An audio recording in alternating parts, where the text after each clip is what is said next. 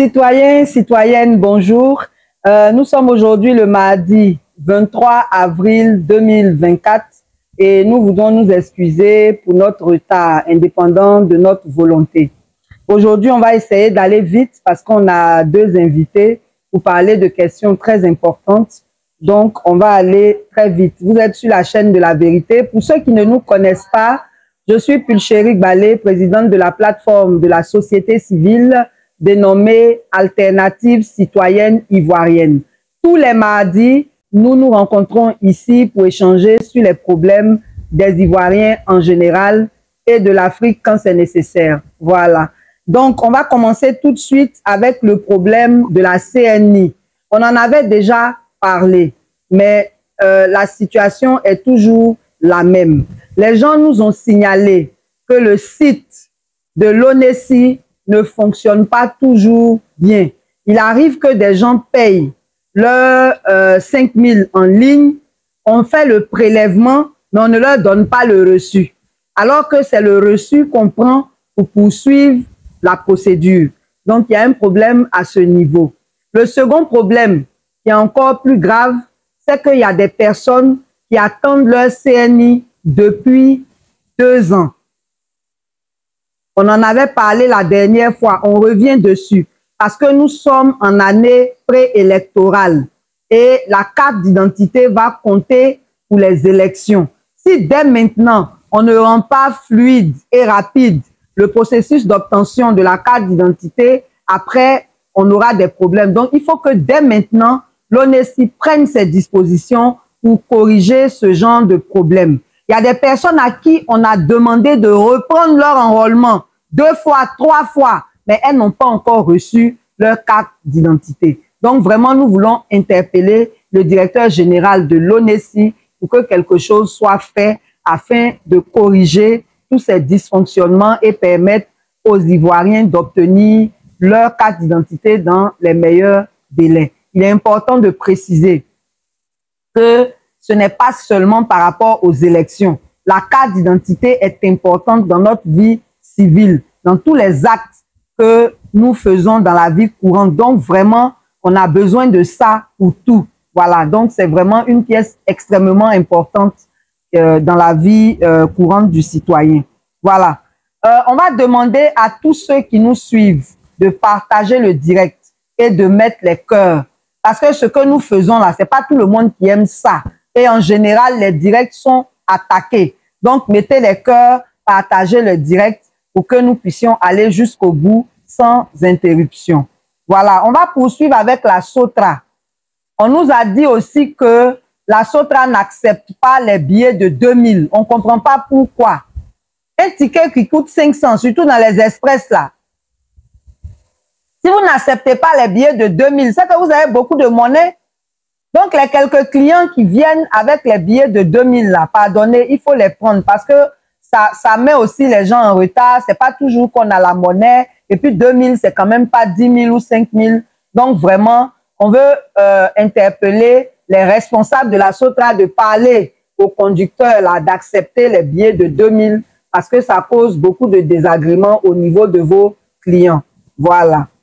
Donc, le BTS 2024, on vous avait parlé de cela il y a 2 mardis.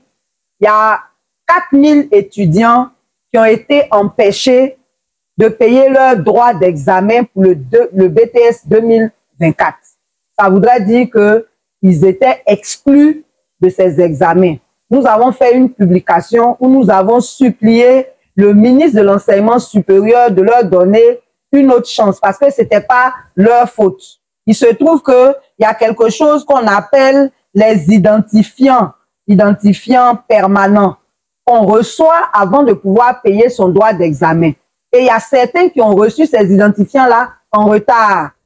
C'est ce qui a justifié le fait que tout le monde n'ait pas pu s'inscrire en même temps. Donc, les 4000 là étaient lésés, les parents comme les étudiants étaient vraiment peinés par cette situation.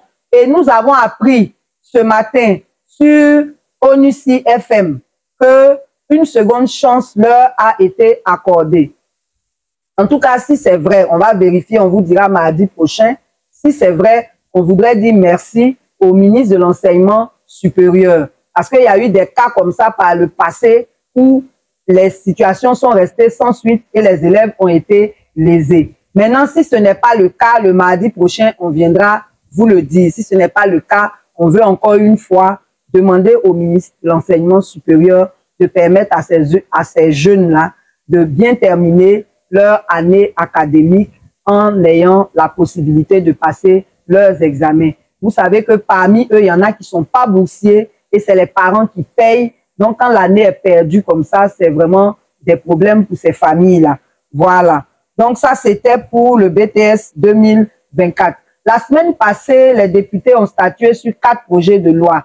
Il y a un qui était relatif à la modification du code de l'urbanisme et du domaine foncier urbain. On aura l'occasion de vous donner les détails plus tard. Mais le point sur lequel on veut insister aujourd'hui, c'est qu'il paraîtrait que selon ces modifications-là, on consoliderait les droits des détenteurs de ACD. Et il aurait été demandé aux députés, dans tous les cas, on n'avait même pas besoin de leur demander, ça fait partie de leurs attributions.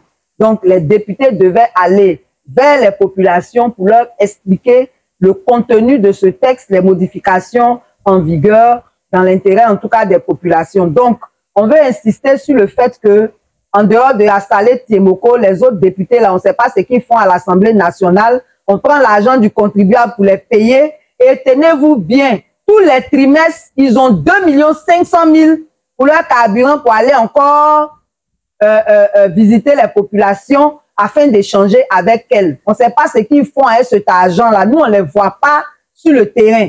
On ne les voit pas. C'est à Salé seul qu'on entend. Donc, vraiment, on veut insister et vous dire qu'à partir de maintenant, là, on est sur votre dos. Non seulement en 2025, on va aller compétir avec vous pour aller à l'Assemblée nationale, parce que Salé ne doit pas être le seul à jouer son rôle. Voilà, nous, on va aller vous remplacer là-bas. Mais en attendant, là, on sera sur votre dos pour que vous fassiez votre travail. On vous a dit de venir nous informer, là. On veut vous voir sur le terrain. Voilà. C'est sur quoi on voulait insister par rapport à ce point. À Angovia, on vous avait parlé de cette situation malheureuse où il y a une société minière qui non seulement ne respecte pas ses engagements avec les populations de Angovia, mais quand les villageois se plaignent, on les bat et on les emprisonne. Donc aujourd'hui, où on vous parle, depuis le 5 avril, il y a 13 jeunes gens de ce village qui ont été arrêtés. Ils ont été arrêtés, il y a 7 femmes parmi, ils ont été violentés avant d'être transférés à la prison de Boisflé. Voilà. Donc on veut interpeller les autorités sur cette façon de faire.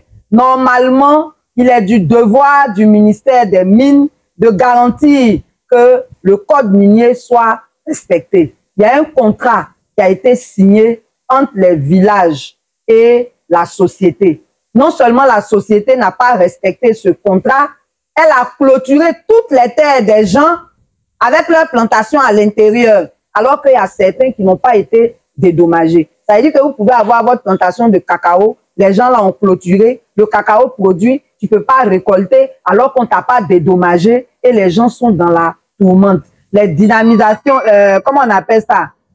Quand ils font exploser les dynamites là, le dynamitage, voilà, ça fait des fissures dans les maisons de ces gens-là. Tout ça là, la poussière a pollué l'eau. Même les animaux qui boivent l'eau là en meurent.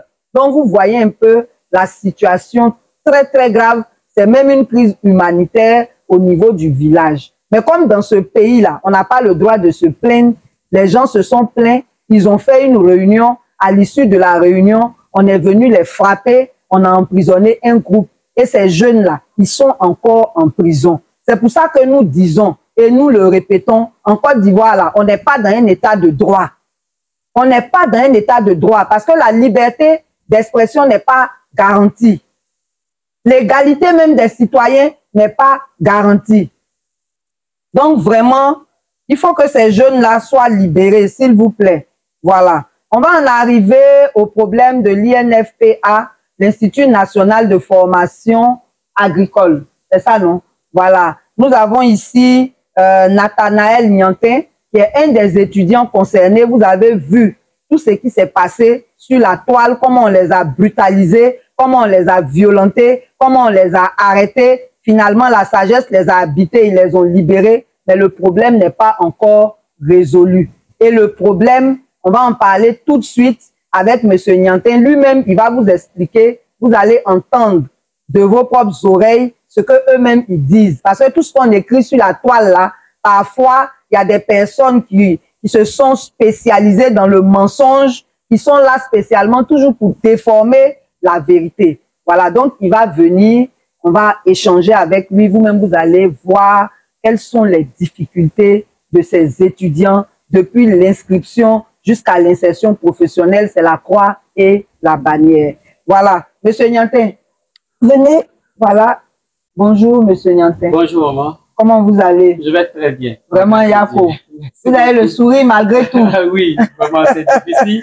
Mais Dieu nous donne la force parce que en toutes choses, on regarde toujours notre Seigneur, on regarde à Dieu. C'est bien. Vraiment. Parce que c'est Dieu qui est au-dessus de tout le monde. C'est ça. D'accord. Donc, que se passe-t-il réellement dans votre établissement? OK. Il faut dire que l'INFPA regroupe plusieurs établissements. 11 établissements sur le territoire national, dans plusieurs villes. Et dans toutes ces écoles-là, il y a des formations de spécialités, il y a des formations de tronc commun. Il y a plusieurs spécialités à l'INFPA. Il y a le machinisme agricole, l'agriculture et coopération, il y a la filière halieutique, tout ce qui est pisciculture et aquaculture, il y a l'élevage, métier de la viande, il y a le foncier rural, et puis il y a l'agro-transformation. Donc quand les étudiants viennent à l'INFPA, ils entrent d'abord par un concours organisé par l'INFPA et le ministère de l'Agriculture. Et lorsqu'ils entrent dans ce concours-là, ils viennent en payant une formation de 2 ans. Une première année, ils payent les inscriptions, ils payent les frais, ils font la première année de tronc commun. À la deuxième année encore, ils payent les inscriptions et les frais. Chez nous, à l'école, on paye les frais de restauration, on paye les frais pour les médicaux, on paye les frais pour le matériel. Il y a beaucoup de frais qui entrent, donc la formation est très coûteuse. Mais au terme de ça, est-ce qu'il y a une insertion professionnelle? Et c'est ça qui a préoccupé les étudiants. Parce qu'on peut supporter le coût et les souffrances de la formation. Même à l'armée, il y a beaucoup de difficultés, plus qu'à l'INFPA. Mais on peut accepter la souffrance si on sait qu'à la fin de la formation, on peut avoir gain de cause, on peut avoir une bonne insertion professionnelle. Le problème que nous constatons, c'est que arrivé sur place, on nous fait signer des engagements comme quoi il faut qu'on s'insère dans le privé ou dans l'auto-emploi après avoir été admis au concours. Donc, les étudiants qui s'inscrivent, ils doivent joindre cette fiche-là à leur reçu de paiement avant d'aller à l'établissement. Donc, beaucoup ne savent pas de quoi il s'agit et on remplit les fiches. Après, on fait remplir des fiches pour dire qu'on n'est pas venu par rapport à la fonction publique. Pourtant, dans les pochettes, il est spécifié qu'avec le diplôme de l'INFPA, on peut se mettre dans l'auto-emploi, on peut aller dans le secteur privé, mais on peut aussi aller à la fonction publique. Et donc, quand les étudiants décident de se renseigner par rapport à la fonction publique, on avait entendu parler de ça, mais maintenant, on n'entend plus parler de ça. On nous dit par rapport à la fonction publique, il faut passer un autre concours lancé par le ministère de la fonction publique, appelé concours d'intégration à la fonction publique. Et le drame, c'est que pour ce qui est du ministère de l'Agriculture, le nombre de places est très restreint, 10, 15, 20 personnes au maximum, pour toutes ces spécialités et surtout pour les promotions qui échouent, parce que les années passent, il y a des étudiants qui n'ont pas réussi au concours. Et donc, à l'année suivante, ils vont s'accumuler. On peut se retrouver avec 2000 candidats au concours avec les nouveaux sortants. Et ça, c'est vraiment compliqué. Alors, les étudiants ont décidé de s'entendre pour essayer de lancer un cri de cœur vers leur ministère. Et dans ça, il y a des courriers qui ont été adressés à la direction de l'INFPA, au ministère de l'Agriculture et à d'autres autorités. Mais dans cette démarche-là, il n'y a que le ministère de la Pollution animale et des ressources halieutiques qui a reçu par son directeur de cabinet un certain nombre d'étudiants à qui il a dit le problème de l'intégration n'est pas du ressort de l'INFPA, mais plutôt du ministère de la fonction publique. Alors, si l'INFPA a le devoir de former les étudiants, mais aussi il doit penser à leur insertion. Et ce que nous constatons, c'est que même en ce qui concerne l'auto-emploi, on ne voit pas de financement, on ne voit pas de projet à soutenir. Pour le secteur privé, les partenaires ne viennent pas recruter les étudiants. Donc, c'est inquiétant. Le seul choix sur lequel il peut se pencher, c'est la fonction publique. Et arrivé là, il y a le concours d'intégration qui fait blocage. Alors, les étudiants ont décidé de demander aux autorités de revoir la position du concours d'intégration pour que ce concours-là se passe comme il est fait au CAFOP à l'INJS, à l'INFAS et d'autres instituts encore de l'État, comme l'INFPA. Là-bas, lorsqu'on prend les étudiants, on les insère directement après leur premier concours d'entrée en formation. Ce qu'il y a aussi, c'est que, par exemple, le ministère des Eaux et Forêts était rattaché au ministère de la Production animale et le ministère de l'Agriculture en ce qui concerne l'INFPA. Et lorsqu'ils étaient là-bas, ils avaient tous le même concours d'intégration. Mais lorsque le ministère des Eaux et Forêts s'est retiré avec ses étudiants pour faire leur propre école de formation, toutefois que tu es inséré dans la formation, directement tu es inséré à la fonction publique.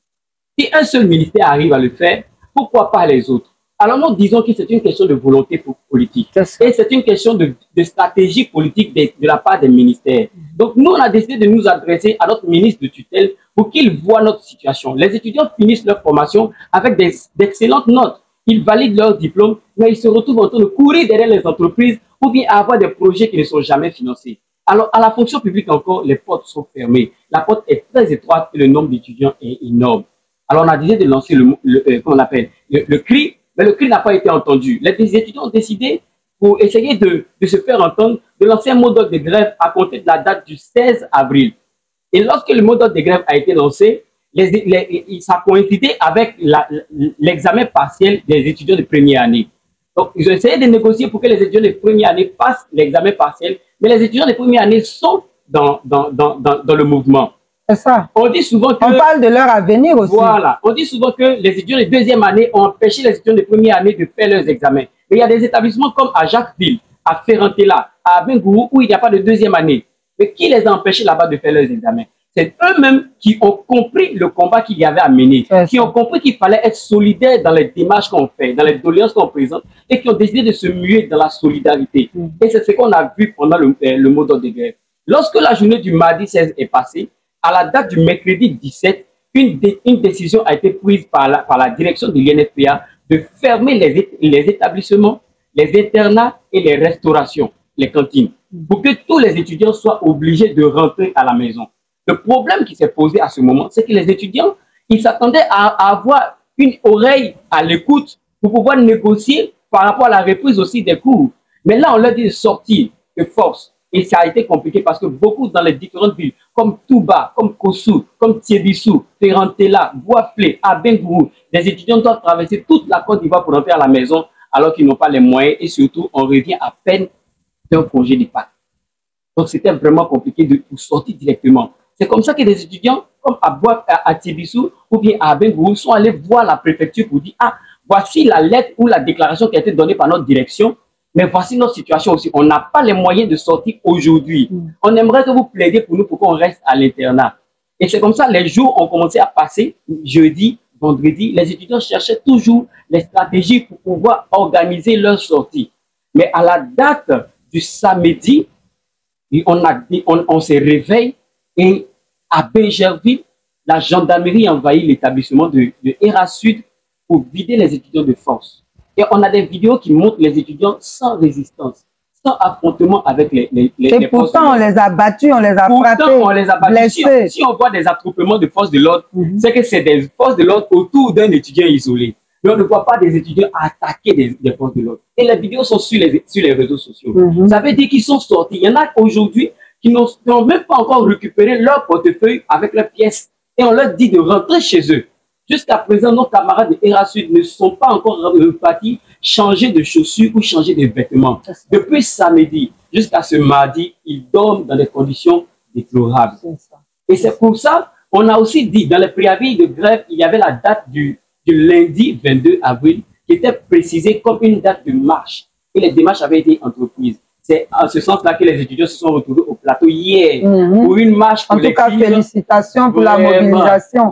Parce que malgré tout ce que vous avez subi, ils étaient très nombreux. Ils étaient très nombreux et on ne s'attendait pas à ça, mais ils ont été solidaires de tous ceux qui ont souffert dans cette lutte-là. Il y a eu des blessés. Le samedi, à Erasud, à Bingerville, il y a eu des camarades qui ont été arrêtés, qui ont été enfermés à la police. Et il a fallu plaider pour qu'ils soient relâchés. Et Dieu merci, ils ont été relâchés. Hier encore. Voilà, hier encore, pendant la marche, on se rend compte au moment où on va finir que 11 d'entre nous sont absents et détenus par la police. Il fallait encore supplier pour qu'on les relâche. Mais les policiers nous ont garanti que si on faisait assez de calme et que l'évacuation se terminait, ils allaient être relâchés. Nous avons quitté le plateau aux alentours de 11 heures. les camarades ils sont restés détenus toute la journée aux mains des forces de l'ordre. Et de ce que nous avons appris des démarches qui se faisaient, ils sont partis du commissariat du plateau à la préfecture de police à Abobo. Et il y avait toujours des camarades avec eux pour essayer de plaider, pour demander, parce qu'il n'y a pas eu de violence, il n'y a pas eu de casse, il n'y a pas eu de blessure, rien. Donc ça jouait vraiment en notre faveur, dans ce sens qu'on a dit que c'était une marche pacifique, juste pour se faire entendre de nos autorités. Alors, ce que je voudrais dire pour terminer sur ce chronogramme-là, c'est que dans tout ce qui s'est passé, on nous attribue souvent un discours politique. C'est ça. C'est très important. C'est ce qui est déplorable. C'est vrai qu'on est dans un climat actuellement dans ce pays-là où tout est politisé et il y a beaucoup de récupération. Mais je vous garantis que tous les étudiants qui se rassemblent pour faire ce genre de choses-là, ils ne discutent jamais de politique. Le seul objectif, c'est l'insertion professionnelle. On cherche à travailler. On a des parents de tous les bords. On a des parents de toutes les régions. Mais on ne peut pas faire de mouvement pour un parti. Alors, tout ce qu'on cherche, c'est de se faire entendre de nos autorités. Si à l'INFAS, ils ont pris la décision d'intégrer directement les étudiants, c'est par rapport aux besoins et par rapport à la stratégie mise en place par le ministère. Nous voulons qu'il en soit de même au niveau de l'INFPA. Tout à fait. Voilà, tout à fait. Donc je reviens vers vous. Chers amis, ce qu'on veut préciser, et ce qu'il a dit qui est très important, c'est que c'est un problème qui n'est pas politique. Ce sont des étudiants qui demandent tout simplement que les conditions pour qu'ils puissent avoir du travail soient réunies. Ils passent un concours de la fonction publique avant d'entrer dans cette école. Si on est dans un état sérieux, les résultats du concours là devaient être en conformité avec les besoins des différents ministères qui ont leurs écoles concernées dans cette grande école-là. L'agriculture dit, moi, l'année prochaine, ou bien dans 2 ans, j'aurai besoin de 1700 personnes. Donc, les 1700 personnes-là, on prend peut-être 800 cette année, 700 l'année prochaine, et puis, c'est eux, quand ils sortent là, on les prend. C'est comme ça on fait. Maintenant, ils finissent leur formation. Même pour leur donner un stage, c'est compliqué. C'est eux-mêmes qui se battent pour aller trouver un stage alors que l'école a des partenaires. Maintenant, il y a 3 possibilités quand ils finissent leur formation. Il y a la fonction publique, il y a le privé et puis il y a l'auto-emploi. Mais normalement, à partir du moment où ils ont été admis à un concours de l'État, soit on les prend tous à la fonction publique, soit on finance ceux qui ne peuvent pas être à la fonction publique. C'est de ça qu'il s'agit. C'est simplement de ça qu'il s'agit.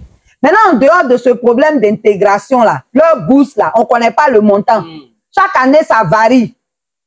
Cette année, on dit c'est tel montant. L'année prochaine, c'est tel autre montant. Ils sont obligés de payer pour la cantine. 20 000 francs par mois. Par mois. Voilà. Et malgré cela, quand la fameuse bourse arrive là, on coupe encore l'argent des cantines dedans. Et pour certains, on rembourse l'argent des cantines. Vraiment, il y a un désordre dans cette affaire-là. C'est très opaque. Et c'est tout ça aussi le problème. Maintenant, cantine là, même la nourriture qu'on donne là-bas, là, même des animaux ne vont pas accepter ça. Et tu manges ou tu ne manges pas, tu payes 20 000 francs là. Donc vraiment, vous voyez qu'il y a trop de problèmes. Et les manifestations qu'ils font là, c'est pacifique. Maintenant, l'autre point qu'il est important de relever, qui est très important, c'est que ce fameux concours d'intégration là, on a des tableaux qui disent que chaque année, le ministère de l'Agriculture embauche 1700 personnes. Nous, on veut comprendre les 1700 personnes là sont où? Puisque à l'issue du concours d'intégration, on prend à peine une vingtaine, une quinzaine ou une vingtaine. Et on dit qu'officiellement, on a recruté 1700 personnes. C'est-à-dire que le fichier de la fonction publique, là, on doit faire un audit. Parce qu'on ne peut pas annoncer, depuis 2018, hein, on dit on prend 1700 personnes. Alors que depuis 2012, tous ceux qui sont formés là-bas, là, il y a plein qui chôment. Et même pour encore avoir ce concours d'intégration, en offre, on demande aux gens de payer 1,5 million pour les BT et puis 2,5 millions pour les BTS. Ça là, si tu as payé et puis tu n'as pas eu là, tu ne peux pas te plaindre quelque part. Hein? Ils sont plus du millier à passer le concours. Vous imaginez, quand on prend 1,5 million ou 2,5 millions, même si la moitié même a payé ça, l'argent que ça fait. Et puis à la fin, on s'en prend 15, on s'en prend 20. Pour mettre fin à tout ça, on dit, comme vous dites que vous recrutez 1700 personnes à l'agriculture, prenez tous les étudiants là, à la fonction publique. Parce qu'en plus, d'après nos enquêtes de terrain, là, les travailleurs de ces ministères-là sont en sous-effectif. Donc, on ne comprend pas. On ne comprend pas. C'est pour ça qu'ils disent que c'est une question de volonté politique. Vous le faites pour l'INFAS, vous le faites pour les eaux et forêts. Et puis, voilà, éducation nationale, les élèves du CAFOP, là, ils sont élèves fonctionnaires. Pourquoi c'est eux qui vont passer un concours de la fonction publique et puis après on dit encore concours d'intégration? C'est pour ça qu'on dit que vous ne garantissez pas l'égalité des chances entre les citoyens. Il y a un problème. Donc, chers amis, c'est un peu ça. Quelle est la suite à partir de maintenant? À partir de maintenant, il fallait d'abord clarifier et apaiser les esprits par rapport à la mobilisation des étudiants. Beaucoup de personnes disent que nous sommes brutaux, nous dévalisons, nous cassons les choses.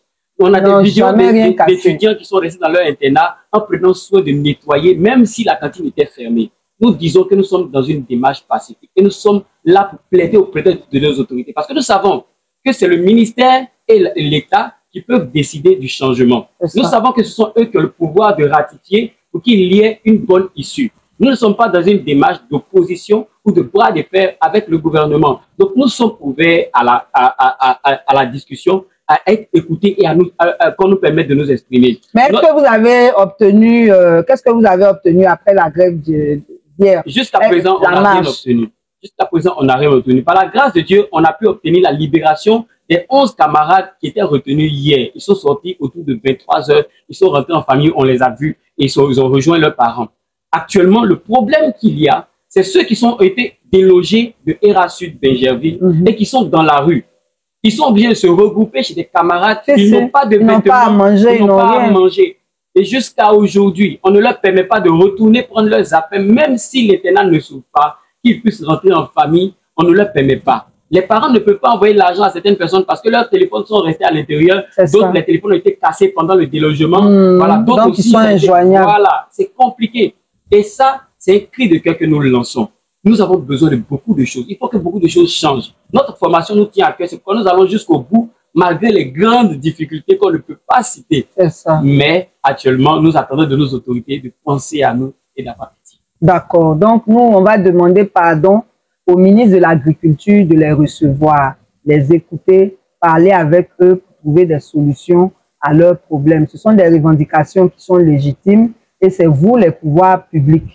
Ils tiennent à préciser que ce n'est pas un bras de fer avec qui que ce soit. Ils veulent juste exprimer leurs revendications et ils attendent en retour une oreille attentive des autorités. Donc, monsieur le directeur général de l'INFPA, ce n'est pas parlable. On dit de s'asseoir pour discuter, pour trouver des solutions par rapport à ça. Donc, on s'adresse à vous, on s'adresse au ministère de l'Agriculture, on s'adresse aussi au ministère de la Fonction publique. Il ne faut pas faire de 2 poids, 2 mesures. Si certains sont intégrés directement, il faut que ce soit le cas de tout le monde. Voilà. Maintenant, on lance aussi un appel au directeur général pour que les étudiants puissent réintégrer l'internat. À défaut d'intégrer l'internat, il faut qu'ils récupèrent leurs affaires en toute sécurité. Voilà. Donc, nous suivons cette affaire de près. On va vous tenir informés. Voilà. En tout cas, merci. Merci beaucoup. Bon courage. Merci. Et puis, on est ensemble. Il n'y a pas de problème. Voilà. Merci beaucoup. Merci beaucoup. Voilà. OK, nous allons poursuivre. Aujourd'hui, on vous avait annoncé qu'on avait 2 invités. Mais avant que le prochain invité n'arrive, on aimerait dire une chose. Quand vous politisez un problème, c'est nous tous qui perdons. Affaire de cherté de la vie, là. C'est pas aujourd'hui, nous, on a commencé à parler de ça. Hein. Les partis politiques, là, n'ont pas leur marché à part. On a tous les mêmes marchés. On a tous les mêmes difficultés au niveau de l'emploi, au niveau de tout. Donc, quand on parle d'un problème qui touche à la cherté de la vie, c'est tout le monde qui est concerné. Il y a combien de membres dans le gouvernement? C'est eux seuls qui n'ont pas de problème de cherté de la vie. Les gens du gouvernement, les présidents d'institutions, tous ceux qui ont les gros salaires. Là. Mais nous, le peuple, là, on a les mêmes problèmes. Donc, quand on parle d'un problème, là, il faut que tout le monde se l'approprie. Jusqu'aujourd'hui, les problèmes continuent parce qu'on ne comprend pas. On ne comprend pas. Et vous voyez que ça s'aggrave. Parce qu'ils se disent qu'ils font et puis il n'y a rien. Vous êtes assis dans vos salons, dans vos maquis, vous murmurez. Quand on vous dit qu'il faut faire quelque chose pour que ça change, vous ne participez pas. Mais là, il y a une occasion qui nous est encore une fois donnée. Une occasion de montrer qu'on est des citoyens responsables. Donc, on va parler d'une marche. Une marche qui aura lieu le jeudi prochain, après-demain, là, 25 avril. Il y a 2 manifestations. Voilà. C'est un groupement de partis politiques qui se sont mis ensemble pour lancer cette marche, mais c'est une action citoyenne. Ce n'est pas une action politique. C'est pour ça que nous en parlons. On n'a pas dit de venir faire quelque chose contre un politicien. On dit l'électricité qu'ils ont augmenté, et puis ils mentent que c'est 10% là. Chez moi, en tout cas, c'est 30%. Il y a d'autres qui parlent de 20%. Chacun, quand il regarde sa facture, là, il sait ce qui est dessus. Ces manifestations-là, c'est par rapport à ça. Donc, il y a M. Jacob Koulibaly qui va venir nous rejoindre pour nous expliquer de quoi il s'agit, comment ça va se passer. Après, tout dépendra de la responsabilité de chacun de nous. Voilà. Donc, M. Koulibaly, venez vous installer ici. Voilà, on s'excuse pour... on travaille selon nos moyens. Voilà. Donc, vous allez vous présenter et puis vous allez présenter aussi cette manifestation. Merci beaucoup. Merci. ACI. L'ACI. Voilà, on n'est pas assis, on est debout. L'ACI qui s'est impliqué quand même dans les démarches. Je suis Jacob Koulibaly, je suis le président du parti Fédération africaine, parole du groupement Alliance pour la démocratie et la paix. Le groupement est composé de combien de partis? De 5 partis. D'accord. Aujourd'hui, on a été rejoint dans le mouvement par plusieurs autres partis politiques qui nous soutiennent. D'accord. Et ça a été. Il faut dire que depuis le mois de juin 2023, on a assisté à 2 opérations en Côte d'Ivoire. En juin et en décembre 2023. Et vu que nous sommes dans la canne, nous avons temporisé que la canne soit une réussite. Mais parce que nous avons oublié les interprétations. Nous avons fait le temps pour que chacun puisse recevoir une facture afin de savoir de quoi s'agit. En fait, en 2014, le gouvernement a annoncé un programme pour tous. Nous étions à 1 500 000 abonnés en Côte d'Ivoire. Le gouvernement a décidé d'électrifier toute la localité de moins 500 habitants. Et ensuite, ils ont négocié avec la CEI pour faciliter les abonnements. C'était à 150 000 francs. Et désormais, au lieu de payer 500 francs, on devait payer 1 000 francs pour s'abonner à tout cela a incité les Ivoiriens à s'abonner massivement. C'est passé en 2014 de 1 500 000 abonnés à 4 millions d'abonnés en 2020. Et le gouvernement a fait une promesse aux Ivoiriens. C'est que tous ceux qui sont abonnés au 5AP vont avoir une réduction de 20% de coût. Qu'est-ce que nous avons aujourd'hui? Nous avons 2 augmentations qui passent aujourd'hui à 20% d'augmentation. Là où on entendait une diminution de 20%, on est à une production de 20% de coût. Nous, en tant que parti politique, moi, je dis que le gouvernement avait menti aux Ivoiriens. Le gouvernement n'est pas respecté sur l'enseignement, puis c'est les Ivoiriens. Et de donner au gouvernement un ultimatum. Le 9 mars dernier, pour nous conférence de presse, nous avons donné au bon gouvernement de revoir sa position et d'annuler la seconde augmentation de 10% du coût d'électricité. Chose que le gouvernement n'a pas pris en compte. Ils n'ont même pas répondu. Ils n'ont pas répondu. Et nous, en tant que parti politique et organisation bien sûr, il fallait donner la suite que nous devons entrepris. Nous devons organiser une conférence le 13 avril dernier pour annoncer une marche pacifique et un sitting au siège de la CIE et la marche aura lieu au plateau de la cathédrale au ministère des Mines, du pétrole et des mèches. Une marche pacifique. Nous avons adressé les courriers comme il faut à la Côte d'Ivoire. Nous avons fait 2 courriers à la Côte d'Ivoire. Et ce matin, lorsque nous sommes à la préfecture de police, à la direction de police, pour être reçus par le directeur général de la police, nous serons à saluer pour leur compréhension et pour leur collaboration. Ils sont disposés à nous accompagner. sont disposés à nous encadrer. Mais il y a une autorisation. Et maintenant, nous sommes appelés police, nous sommes appelés par le préfet d'Abidjan pour venir récupérer notre courrier de demande. Quand arrivé, les deux courriers qu'on déposés sont refusés pour notre trouble à notre public si nous marchons, mais si nous faisons. Nous devons savoir, est-ce qu'il y a un décret ici en Côte d'Ivoire, un décret ou un arrêté ministériel qui interdit des marches pour les civils. Nous ne devons pas nous arrêter là. Nous devons maintenir cette marche pour ces civils. Parce que c'est un droit constitutionnel. La Constitution nous le permet. La Constitution est au-dessus de toutes les lois. Donc nous appelons tous les Ivoiriens à descendre massivement ce jeudi 25 dans les rues, au plateau devant la cathédrale, et de nous rejoindre massivement devant le siège de la CIE à 13h. C'est une marche pacifique.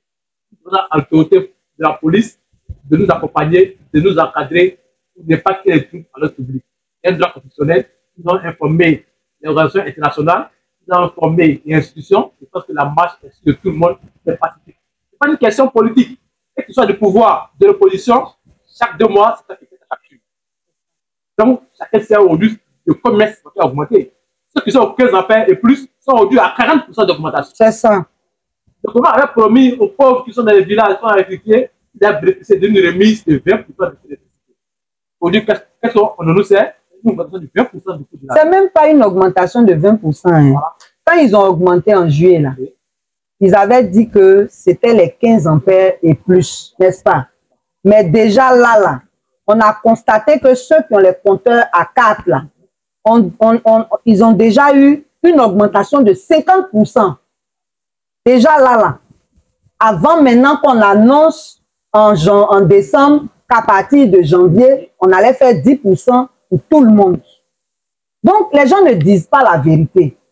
Et on ne sait pas à quel niveau se situe la responsabilité de la décision de ce coup-là, mais il y a une malhonnêteté vis-à-vis des citoyens. Et comme il y a un monopole de la CEI, on est obligé de subir. Si tu ne payes pas, on va couper ton courant. Mais on t'annonce 10%, on fait 50%, on fait 30%, ça dépend vraiment. Voilà, il y a un désordre même dans l'affaire. Et puis, ils ne respectent pas le citoyen. Les gens écrivent, vous ne répondez pas. Nous-mêmes, on a écrit plusieurs fois, on n'a jamais eu de réponse. Donc là, il s'agit maintenant de lancer un appel. Vous l'avez déjà dit, mais il faut qu'on le répète. Voilà, parce que la répétition est pédagogique et les Ivoiriens ont peur. Si vous avez peur, là, on va continuer de vous oppresser. Le mois prochain même, là, ils vont venir annoncer 10% encore et puis il n'y a rien. Il faut qu'on se lève. On se lève pacifiquement. Ça veut dire que c'est sans armes, c'est sans violence. Et on sait comment ils procèdent.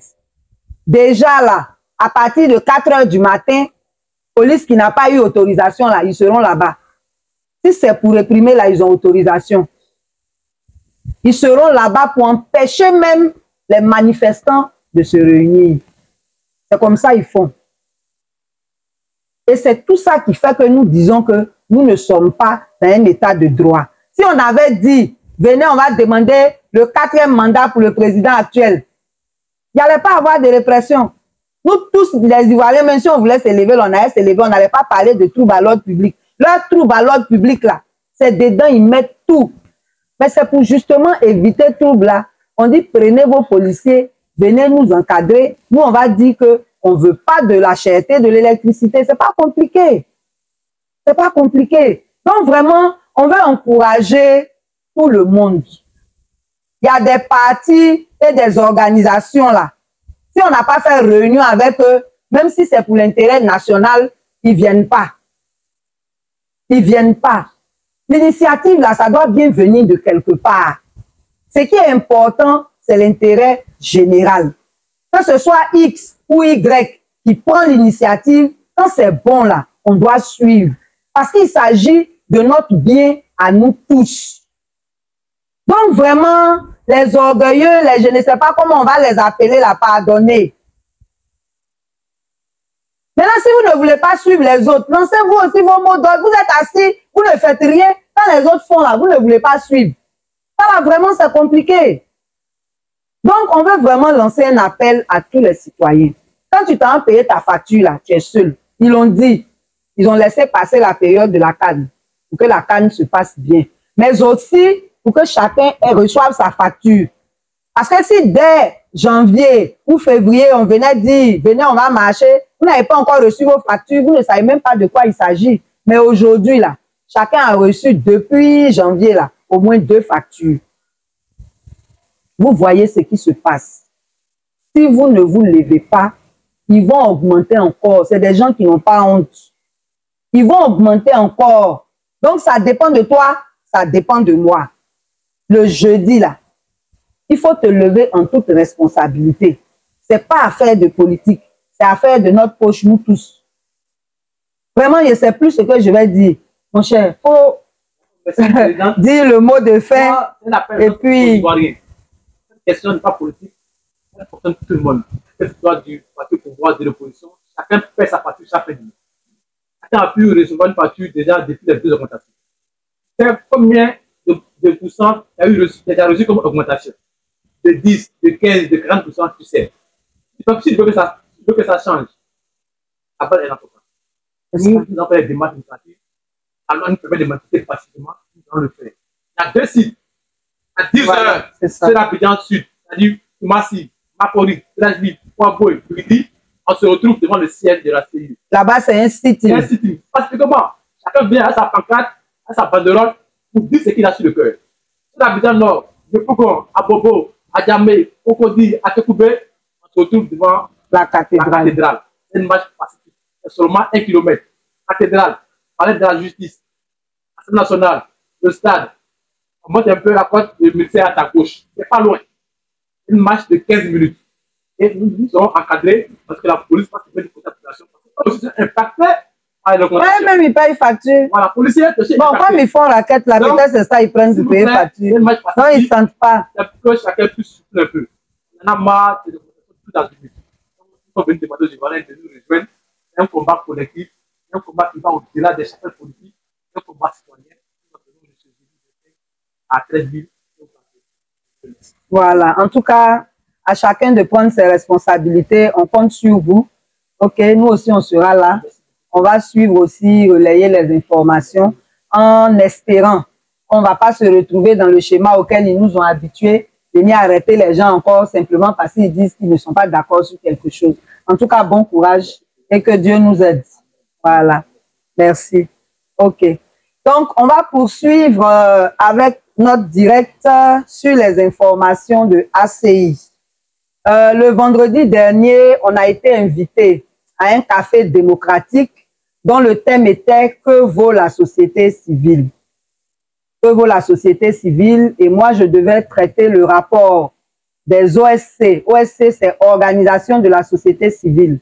Le rapport des OSC aux citoyens et le docteur Venance Conan, journaliste, écrivain, devait traiter le rapport des OSC à la politique et aux institutions. Les échanges ont été très enrichissants. Si on le peut, d'ici demain, on va vous balancer la vidéo pour ceux qui n'étaient pas là. Mais ce qu'il faut retenir, c'est que, et ça, je le répète, en tout cas, c'est ce que j'ai dit dans ma conclusion, c'est que la société civile vaut ce que vaut le niveau de démocratisation.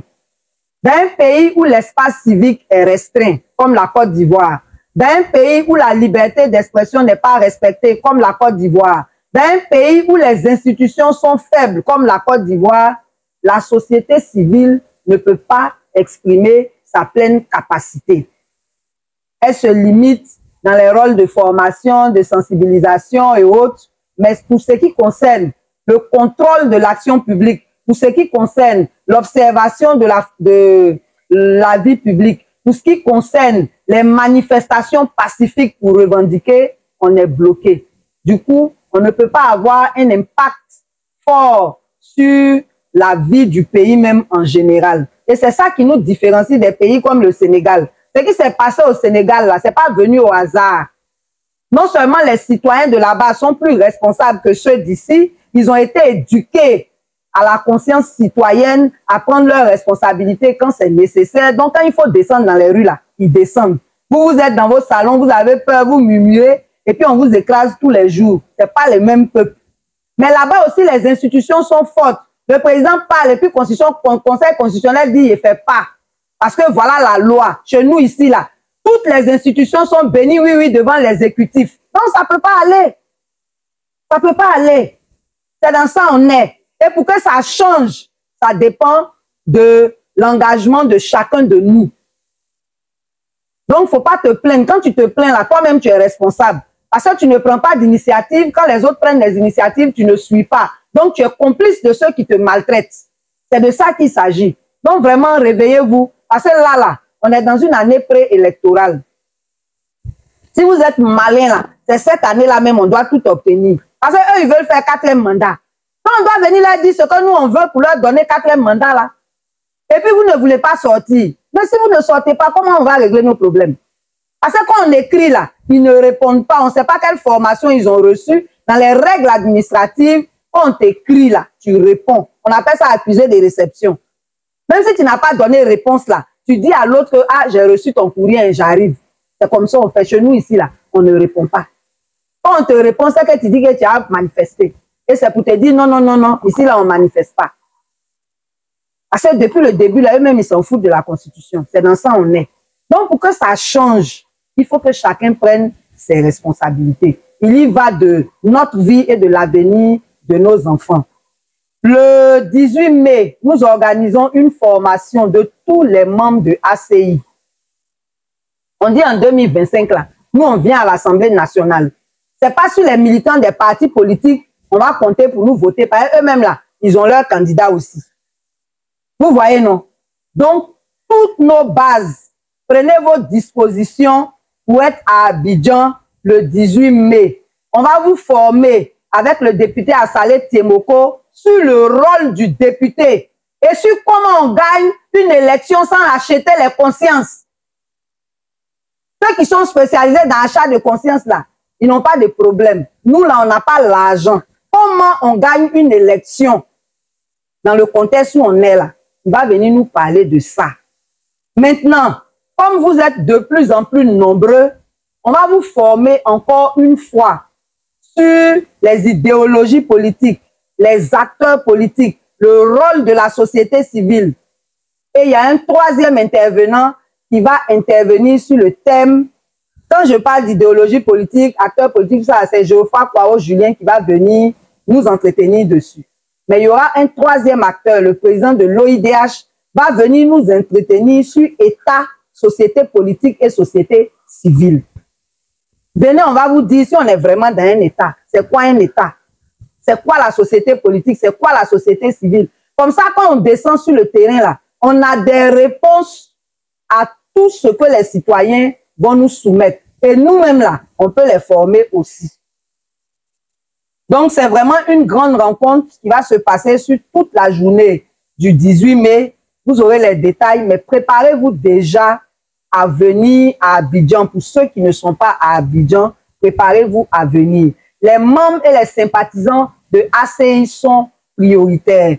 On va communiquer les numéros ou les liens sur lesquels il va falloir s'inscrire pour l'activité, mais les membres et les sympathisants de ACI sont prioritaires. Donc, toutes nos bases vont nous faire parvenir leur liste pour ne pas que nos membres soient lésés. Les places qui restent là, on va donner ça aux autres. S'il n'y a pas de places qui restent aussi, ça sera entre nous. Voilà. Donc, préparez-vous pour ça. On voudrait remercier tous ceux qui nous font des dons.